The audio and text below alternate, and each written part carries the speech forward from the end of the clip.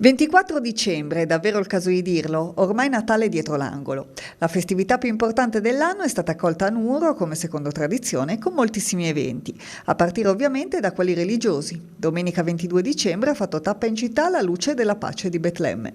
La fiamma perenne, accesa nel 1986 a Betlemme, nella grotta della Natività e alimentata grazie all'olio donato dalle comunità cristiane di tutto il mondo, è stata accolta presso la parrocchia di San Paolo con una breve cerimonia.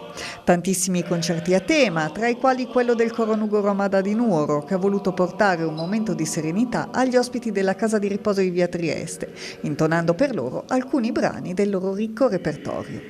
Gli avventori del centro cittadino, a partire dallo scorso weekend, hanno trovato un corso Garibaldi sovrastato di stelle luminose, arricchito con angoli verdi e totalmente a disposizione dei pedoni, liberi di ammirare le vetrine e di fare le tradizionali vasche senza l'assillo delle automobili alle loro spalle. Il meteo non sta aiutando i nuoresi che devono fare gli ultimi regali da mettere sotto l'albero. Da ieri un vento pungente e forte spazza l'aria e i cappotti dei visitatori. Ma come conferma un sondaggio di Coldiretti, c'è comunque voglia di acquistare prodotti agroalimentari a chilometro zero per il pranzo o il cenone di Natale. 4 sardi su 5 pranzeranno in famiglia e condivideranno la giornata festiva con i parenti più stretti. Cibo principe della tavola natalizia, in 6 casi su 10 sarà anche quest'anno l'agnello.